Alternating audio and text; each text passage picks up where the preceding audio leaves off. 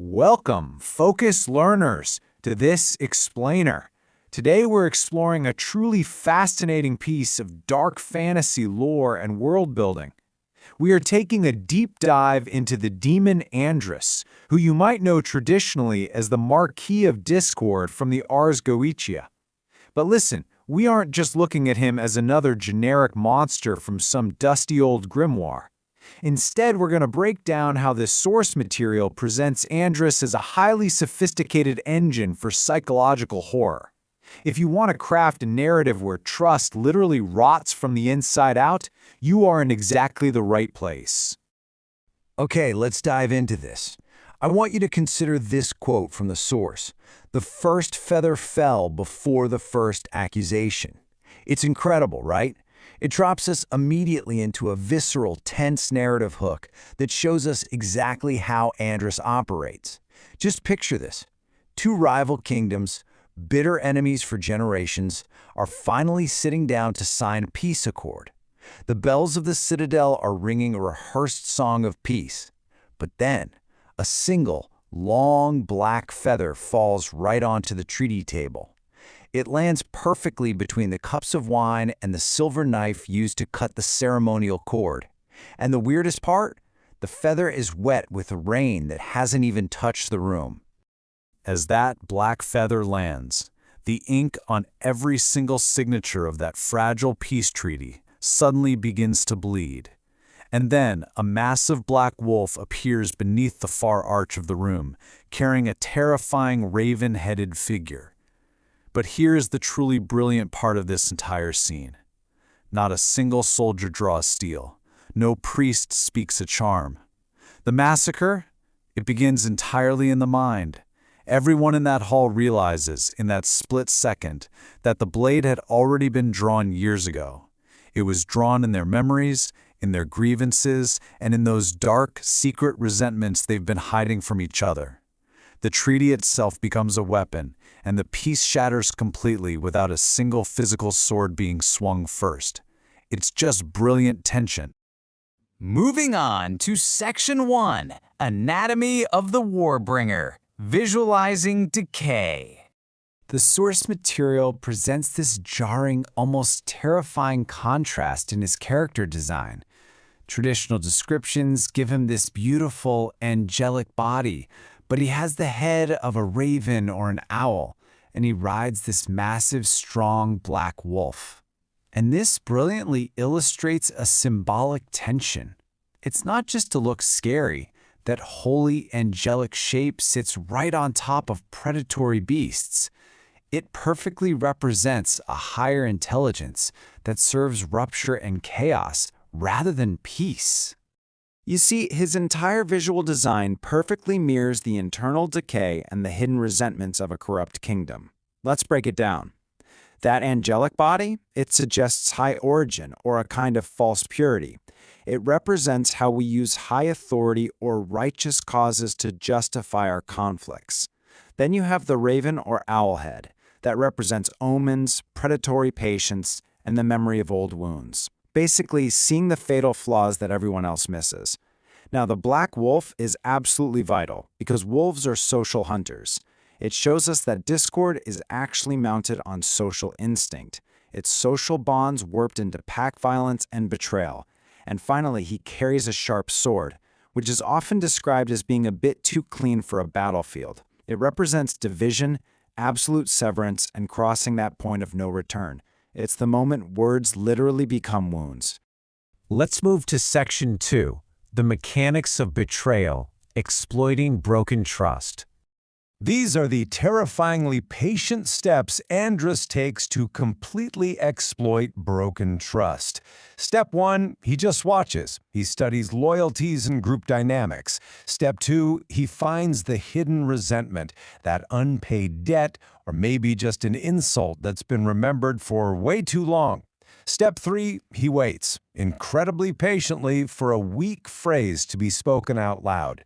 You see, Andras doesn't actually create conflict from thin air, not at all. He simply finds genuine existing wounds and sharpens them.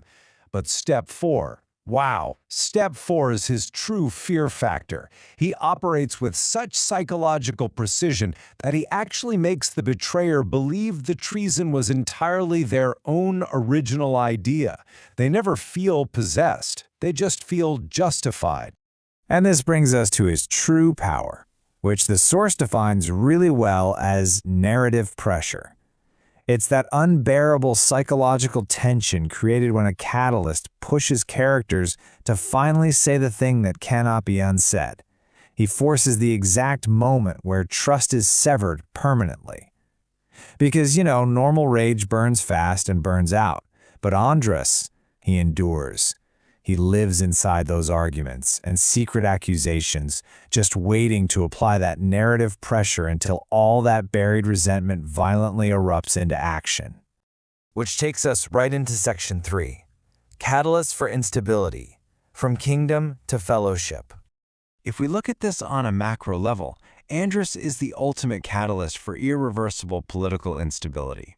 He acts as the unseen hand behind devastating civil wars. He corrupts royal courts, council rooms, and sparks massive religious schisms. He takes the tightest alliances and turns them into deep, crippling paranoia.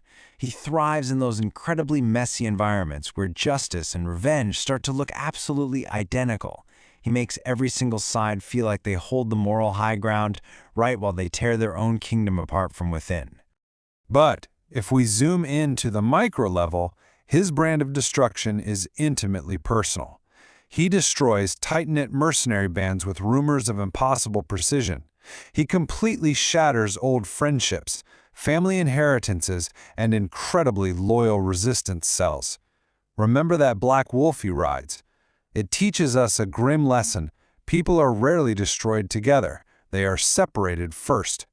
Andras surrounds, he tests, and he targets the absolute weakest link in any close fellowship, turning lifelong companions into sudden, violent enemies. So the crucial point is summarized perfectly by this quote from the source material. Andras is not the noise of battle. He is the sentence spoken before battle becomes inevitable. He isn't the physical fight. He represents the exact psychological transition from mere suspicion to full-blown civil war. He is the ultimate rupture point in a story. He's the blade that cleanly separates your narrative into a definitive before and after. Now, for Section 4, Writing the Rupture Point, Tips for Dark Fantasy. Let's move to and see how this builds. If you happen to be a writer or a dungeon master, integrating a psychological horror engine like Andras requires a totally different approach than a standard villain. Think about it. A simple battlefield monster strikes first, relies on simple rage, and honestly can be defeated just by applying physical force.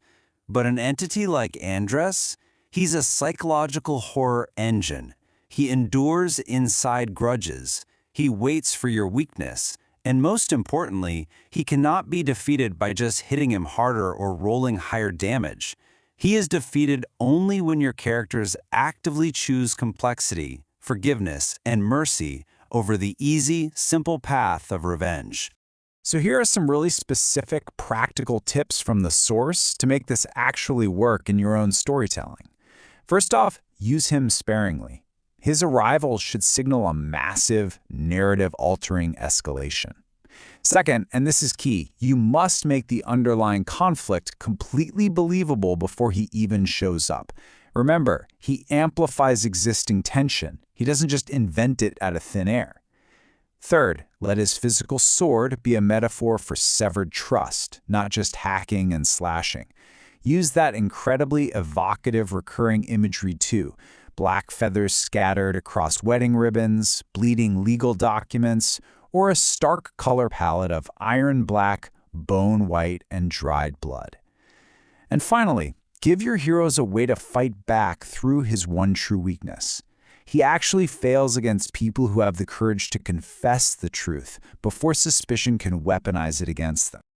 I want to leave you with a question today to really provoke your own creative planning.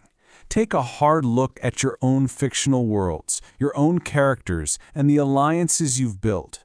Where are the hidden resentments in your world? And what exactly happens to your story when a force like Andras arrives and pushes your characters to finally say what cannot be unsaid? Take that thought and use it to build something absolutely unforgettable. Thank you so much for joining me for this explainer, and as always, keep learning.